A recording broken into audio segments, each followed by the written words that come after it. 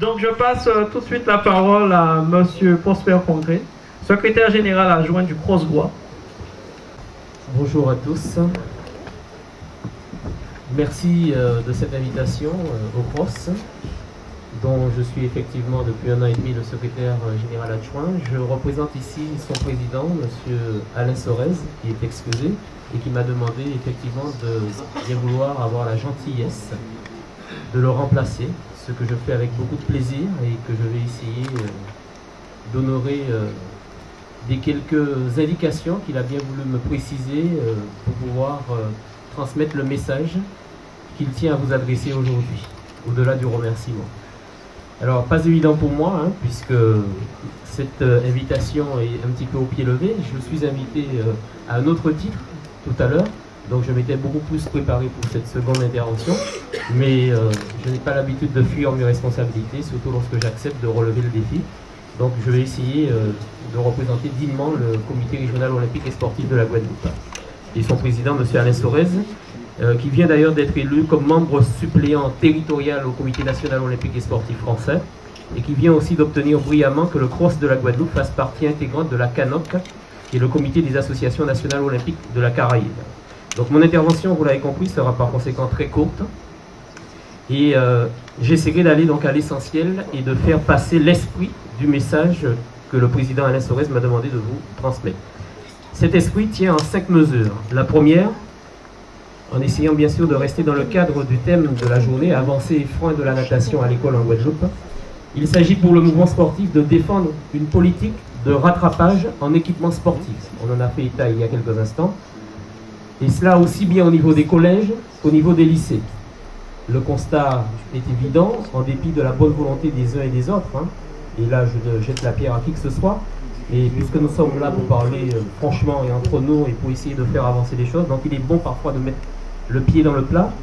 Des équipements qui, lorsqu'ils n'existent pas, je parle bien sûr à l'intérieur des collèges et des lycées, d'équipements, d'infrastructures sportives, et là on parle de natation, on peut compter le nombre d'établissements scolaires qui peuvent se doter d'une piscine, hein. On sait déjà la difficulté des syndicats intercommunaux de gérer les collectivités un bassin, alors à plus forte raison un établissement scolaire. Mais bref, restons dans ce domaine, dans cet élément liquide. Donc des équipements qui, lorsqu'ils n'existent pas, sont la plupart insuffisants, incomplets ou incohérents, lorsqu'ils ne sont pas laissés à l'abandon, faute d'un budget d'entretien souvent non prévu lors de leur construction. Ce rattrapage, par conséquent, vous l'avez compris, s'avère déterminant dans la gestion des nouveaux temps scolaires.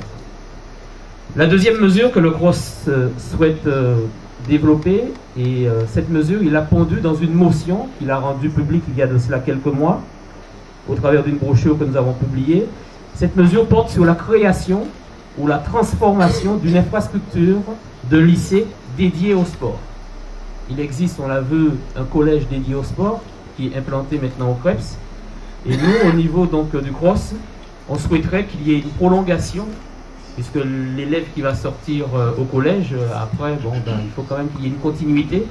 Et donc, nous, on propose que il puisse y avoir un prolongement de ce collège dédié au sport qui est au CREPS, par un lycée dédié au sport. Et par rapport à la, justement, proximité des deux établissements, puisque le lycée auquel nous faisons allusion est le lycée de Bainbridge, par rapport à la proximité du CREPS, par rapport à la proximité également des moyens de communication comme l'aéroport, comme le palais des sports, bref, de Pointe-à-Pitre.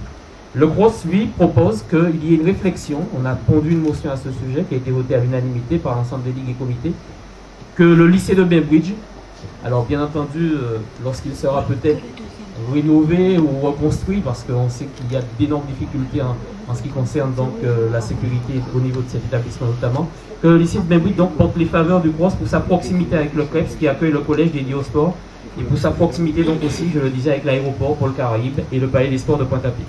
Donc lycée dédié au sport, lycée de Bainbridge. Troisième mesure préconisée par le CROSS, le comité régional olympique et sportif de la Guadeloupe. Alors vous avez bien compris, j'insiste, le CROSS de la Guadeloupe, comité régional olympique et sportif de la Guadeloupe, parce que habituellement on disait CROSS-Gois, et malheureusement le nom Guadeloupe n'apparaissait pas. Et nous, au niveau de la nouvelle équipe, nous avons décidé de, tout simplement parce que nous tenons à ce que le mot Guadeloupe apparaisse, et d'ailleurs c'est une instruction du comité national olympique et sportif français, dont nous dépendons, puisque tous les crosses, il y a le nom donc de la région derrière. Et nous avions un diminutif, Grosse-Groix. Voilà. Ben, Guadeloupe n'apparaissait pas. Et certains pouvaient se demander effectivement d'où était ce cross. Donc nous avons décidé, dorénavant, et nous vous invitons lorsque vous évoquez, ou lorsque vous citez, ou lorsque vous parlez de cross de la Guadeloupe, de dire cross de la Guadeloupe et plus Grosse-Groix. Sans bien sûr jeter l'opprobre à ceux qui avaient pris l'habitude de le faire. Hein. C'est tout simplement parce que nous essayons d'appliquer des textes et d'appliquer une déontologie au niveau de l'appellation de ces établissements. Donc, troisième mesure, plus spécifiquement par rapport cette fois à la natation, le cross de la Guadeloupe réclame la mise en place d'un programme, réclame, sollicite, demande, puisque nous n'imposons rien, la mise en place d'un programme d'investissement spécifique aux activités aquatiques pour que la Guadeloupe puisse de nouveau, et là j'ai juste en face de moi le CPS, donc si je me trompe il pourra me corriger, je l'autorise à le faire gentiment, sans problème, pour que la Guadeloupe puisse de nouveau être en mesure d'accueillir les CAIFTA Games de natation, puisqu'il semblerait que dorénavant nous ne puissions pas le faire parce que nous n'avons plus de bassin olympique. C'est bien cela. Je vous remercie donc d'abonder en ce sens. Alors, la solution, c'est soit de construire un bassin olympique, ou soit de transformer les deux qui existent, les deux plus grands, celui donc du Gazon aux Abîmes, la piscine intercommunale Abîmes-Gosier-Pointe-à-Pitre, ou de rénover celui auquel nous tenons particulièrement, celui de Rivière-des-Pères à Basse-Terre, pour atteindre cet objectif qui correspondrait probablement, et là je pense que vous serez d'accord avec nous, davantage à l'évolution et aux ambitions d'une discipline qui, vous l'avez compris, est loin d'avoir épuisé son réservoir de talent. On n'a qu'à voir les résultats de ces dernières années. Quatrième mesure préconisée par le CROSS, le Comité régional olympique et sportif de la Guadeloupe, c'est de vouloir également que toute sa place soit accordée à la mer.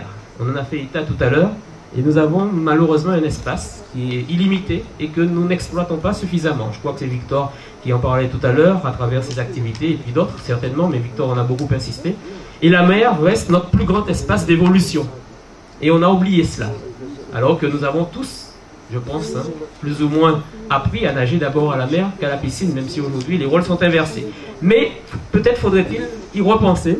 Et compte tenu des problèmes de surface, on l'a vu tout à l'heure, et des difficultés de financement des surfaces, donc puisqu'on ne peut pas construire des piscines partout, et on a des difficultés effectivement pour les financer, il devient peut-être primordial que la mer redevienne une priorité, qu'elle soit exploitée dans toute sa latitude et dans toute sa plénitude, en dépit aussi des dégâts monstrueux qu'elle peut occasionner. Et là, l'actualité nous rappelle de temps en temps que la mer, parfois, reprend sa place.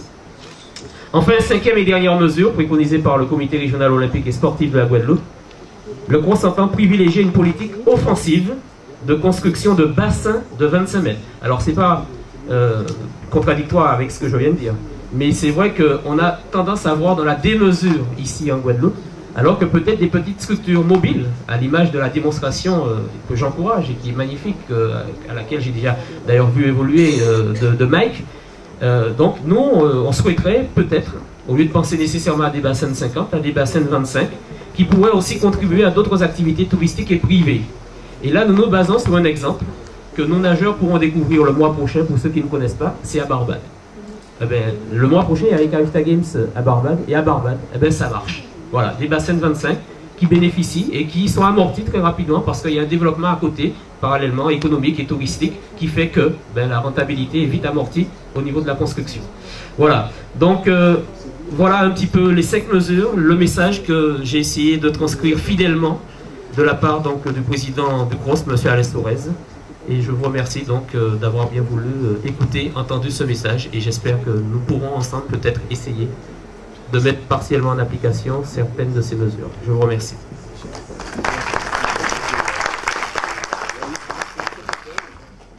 Monsieur Congrès, je vous remercie. Je remercie Monsieur Sorez, Monsieur le Président, de sa contribution, mais je crois qu'il ne prenait pas beaucoup de risques en vous désignant. Donc, sans plus tarder, nous allons passer la parole à